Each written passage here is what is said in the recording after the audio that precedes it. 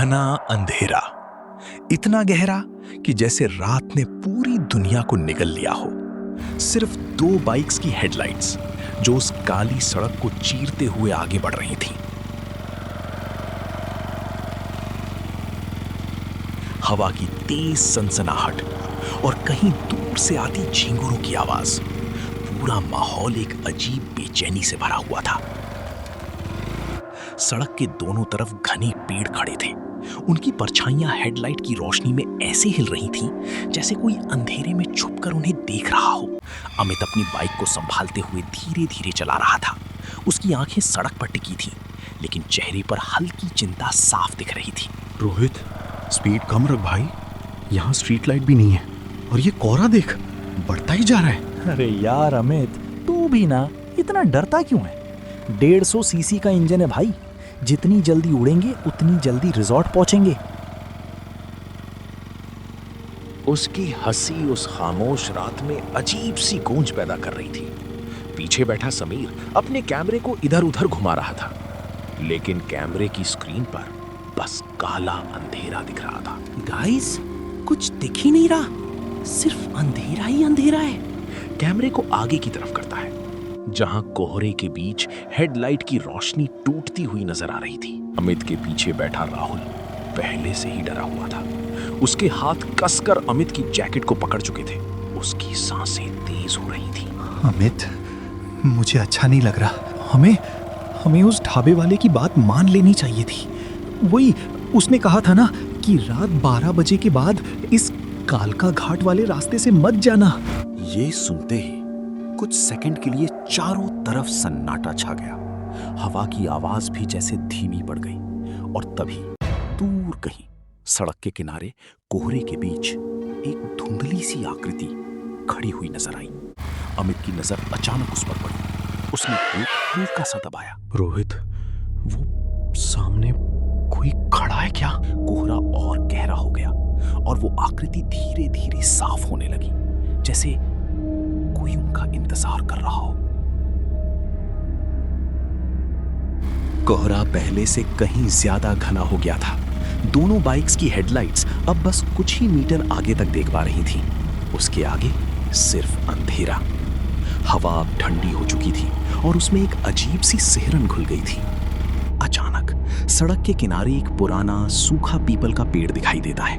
उसकी टेढ़ी मेढ़ी शाखाएं ऐसी लग रही थी जैसे किसी ने अपने हाथ फैला रखे हों। जैसे ही अमित की बाइक उस पेड़ के पास पहुंचती है, बाइक अचानक रुक जाती है। रोहित भी पीछे से ब्रेक लगाता है और उसकी बाइक अमित के पास आकर रुक जाती है। क्या हुआ बे अमित, ऐसे अचानक ब्रेक क्यों मारा? गिरा देता क्या? अमित की नजर सामने जमी हुई थी। उसकी हेडलाइट की रोशनी में कोहरे के बीच एक बूढ़ा आदमी खड़ा था। सफेद कपड़े, फटे हुए, मैले, और सबसे डरावनी बात, उसकी पीठ उनकी तरफ थी। अमित, बाइक मत रोक, चल यहां से निकलते हैं प्लीज। उसके हाथ और कस गए थे।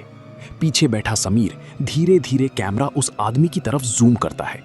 कैमरे में उसकी आकृति और साफ दिखने लगती है। गाइस, ये आदमी कुछ ठीक नहीं लग रहा। इसने अपना चेहरा क्यों छुपाया हुआ है? तभी वो बूढ़ा आदमी धीरे धीरे अपना हाथ उठाता है और बिना पीछे मुड़े लिफ्ट मांगने का इशारा करता है। उसकी उंगलियां असामान्य रूप से लंबी और टेढ़ी थीं। अमित के चेहरे पर दुविधा साफ दिख रही थी। एक तरफ इंसानियत, दूसरी तरफ डर। कुछ सेकंड सोचने के बाद वो धीरे धीरे अपनी बाइक उस आदमी के पास ले जाता है। बाबा, इतनी रात को यहाँ अकेले क्या कर रहे हो? कोई जवाब नहीं, बस सन्नाटा। अमित फिर पूछता है, कहाँ जाना है आपको? कुछ पल की खामोशी। फिर वो बूढ़ा आदमी बहुत धीरे धीरे अपना हाथ उठाता है और आगे की सड़क की तरफ इशारा करता है, जहां कोहरा सबसे ज्यादा घना था। फिर उसकी आवाज आती है, भारी, गहरी और अजीब तरह से गूंजती हुई। आगे बस थोड़ी और दूर मेरा घर है, बस थोड़ा सा और। कोहरा बहुत गहरा होता जा रहा है। यहां तो सब कुछ शांत है, सिर्फ मैं और मेरा इंतजार। तुम मुझे वहां तक छोड़ दोगे ना? बस थोड़ी और दूर। अंधेरा अब मेरा घर आने ही वाला है। उसकी आवाज सुनकर चारों के शरीर में जैसे करंट दौड़ गया। राहुल ने आंखें कसकर बंद कर ली। रोहित हल्का सा हंसता है, लेकिन उसकी हंसी में अब पहले वाली बेफिक्री नहीं थी। अरे बाबा, आप यहाँ इस वीराने में क्या कर रहे हो? हमारे पास जगह नहीं है बाबा। देखो, दो लोग लदे हुए हैं दोनों बाइक्स पर। जगह कहाँ है? आप सुबह की पहली बस का इंतजार करो ना। यहाँ रात के इस पहर में ये कोहरा, ये सन्नाटा, ये ठीक नहीं है बाबा। प्लीज यहाँ से चले जाओ। और हाँ, रास्ता भी बहुत खराब है। हमें जल्दी निकलना होगा। कुछ सेकंड के लिए फिर सन्नाटा। वो बूढ़ा आदमी अब भी पीठ किए खड़ा था। रोहित तुरंत एक्सेलरेटर घुमाता है और अपनी बाइक आगे बढ़ा देता है।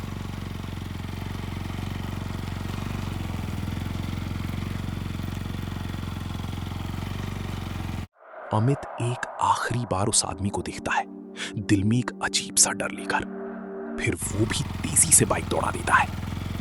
जैसे ही दोनों बाइक्स आगे बढ़ती हैं, पीछे उस पीपल की पेड़ के नीचे वो बूढ़ा आदमी धीरे धीरे अपना सिर घुमाना शुरू करता है। लेकिन कोहरा इतना घना हो जाता है कि उसका चेहरा दिखाई ही नहीं देता। दोनों बाइक्स अब तेज रफ्तार में सड़क को चीरते हुए आगे बढ़ रही थी। उस खामोश रात को चीर रही थी। लेकिन जितनी तेज उनकी बाइक्स भाग रही थी, उससे कहीं ज्यादा तेज उनके दिल धड़क रहे थे। कोहरा अब इतना घना हो चुका था कि हेडलाइट की रोशनी भी उसमें खो रही थी।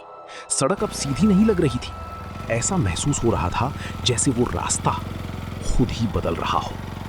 अमित की आंखें पूरी तरह चौकन्नी थीं। उसका हाथ एक्सेलरेटर पर था, लेकिन दिमाग में सिर्फ एक ही सवाल घूम रहा था, हम सही रास्ते पर हैं या नहीं। अचानक हेडलाइट की रोशनी सामने पड़ती है, और जैसे ही कोहरा थोड़ा हटता है, अमित की सांस रुक जाती है। वही पुराना सूखा पीपल का पेड़ उसी जगह उसी तरह खड़ा हुआ। अमित जोर से ब्रेक मारता है। बाइक सड़क पर घिसटते हुए रुकती है। ये नामुमकिन है। ये आखिर हो कैसे सकता है? हम पिछले 15 मिनट से लगातार 70 की स्पीड पर बाइक भगा रहे हैं। सड़क भी एकदम सीधी है, तो फिर ये वही डरावना पीपल का पेड़ दोबारा यहाँ कैसे आ गया? हम तो मीलों आगे निकल चुके थे। क्या हम किसी अंतहीन लूप में फंस गए हैं? क्या ये रास्ता हमें कहीं जाने ही नहीं दे रहा, या फिर ये रास्ता खुद ही हमें वापस उसी जगह खींच लाया है? सब कुछ तो सही चल रहा था, फिर ये अचानक ये सब कुछ पहले जैसा कैसे हो गया? राहुल अब पूरी तरह टूट चुका था। उसकी आवाज कांप रही थी, आंखों में आंसू आ चुके थे। वो चारों तरफ घबरा कर देखने लगता है। मैंने तुमसे पहले ही कहा था ना अमित, मैंने कहा था कि हमें यहाँ नहीं आना चाहिए था। देखो, हम बुरी तरह फंस चुके हैं। ये रास्ता, ये जगह, ये हमें जाने नहीं देगी।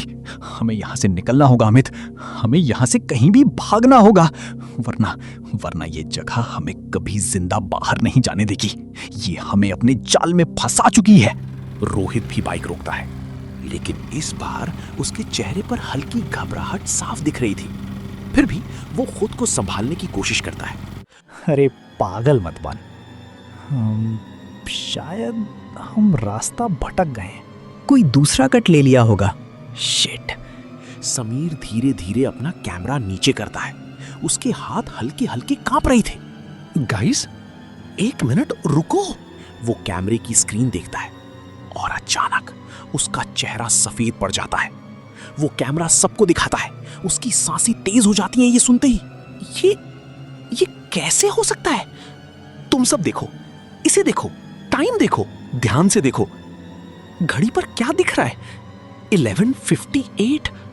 हम यहां से 11:58 पर ही निकले थे और अब भी घड़ी उसी समय पर रुकी हुई है। ये घड़ी आगे ही नहीं बढ़ रही। इसका इसका मतलब हम सब इस वक्त इस मनहूस जगह पर हमेशा के लिए कैद हो चुके हैं। चारों के बीच गहरा सन्नाटा छा जाता है। हवा की आवाज भी जैसे रुक जाती है। तभी पेड़ के पीछे से कुछ हिलने की आवाज आती है। सभी की नजरें धीरे धीरे उस तरफ मुड़ती हैं। कोहरे के बीच वही बूढ़ा आदमी धीरे धीरे पेड़ के पीछे से बाहर आता है। इस बार वो उनकी तरफ सीधे मुंह करके खड़ा था। उसका चेहरा आधा सड़ा हुआ, झुर्रियों से भरा, और सबसे डरावनी बात, उसकी आंखें पूरी तरह सफेद, बेजान, जैसे उनमें कोई आत्मा ही ना हो। वो धीरे धीरे उनकी तरफ बढ़ने लगता है। उसके कदमों की आवाज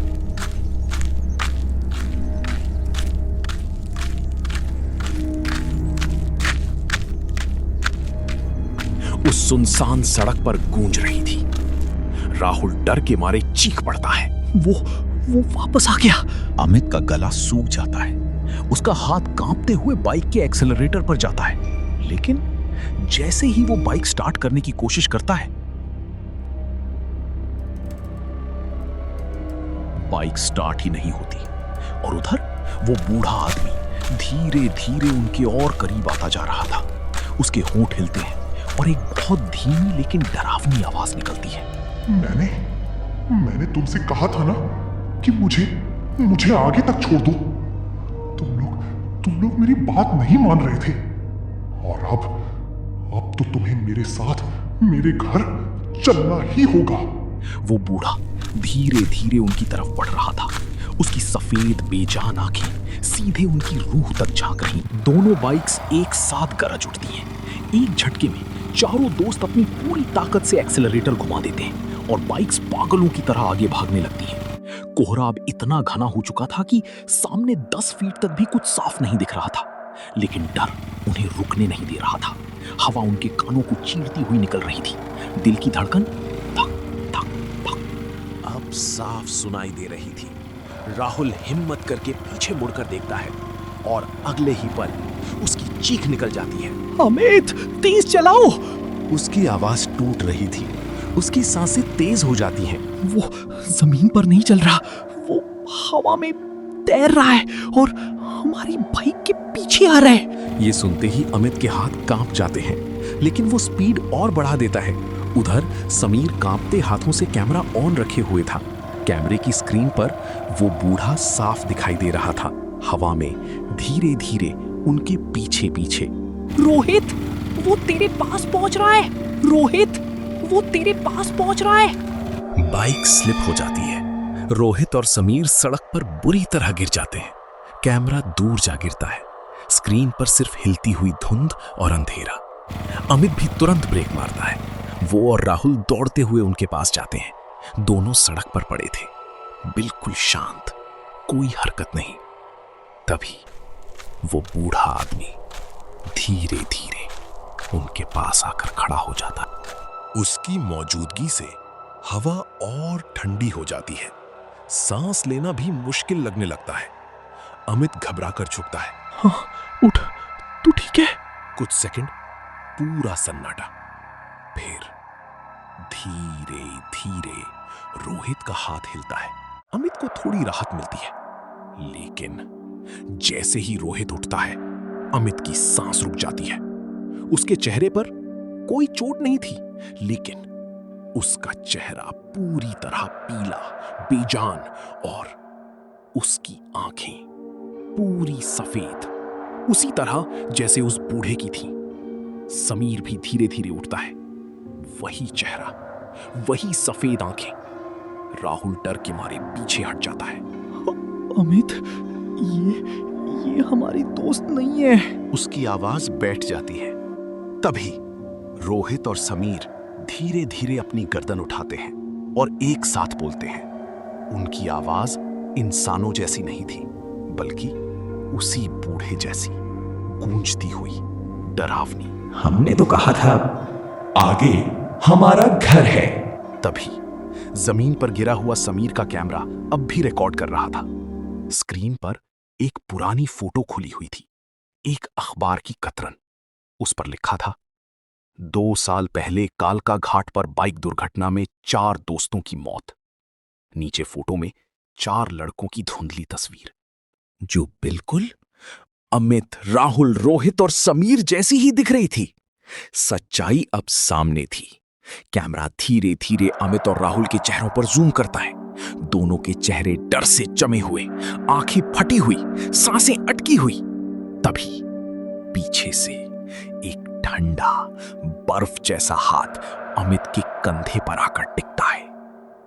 वो बूढ़ा। इतनी भी जल्दी क्या है अमित? तुम्हारा इंतजार तो मुझे उस दिन से था जिस दिन कालका घाट के उस मोड़ पर तुम्हारी बाइक उस गहरी खाई में गिरी थी। तुम सब तो बस उस पुरानी यादों के एक चक्रव्यूह में जी रहे थे, एक ऐसा भ्रम जिसे तुमने खुद अपनी मौत के बाद बुना था।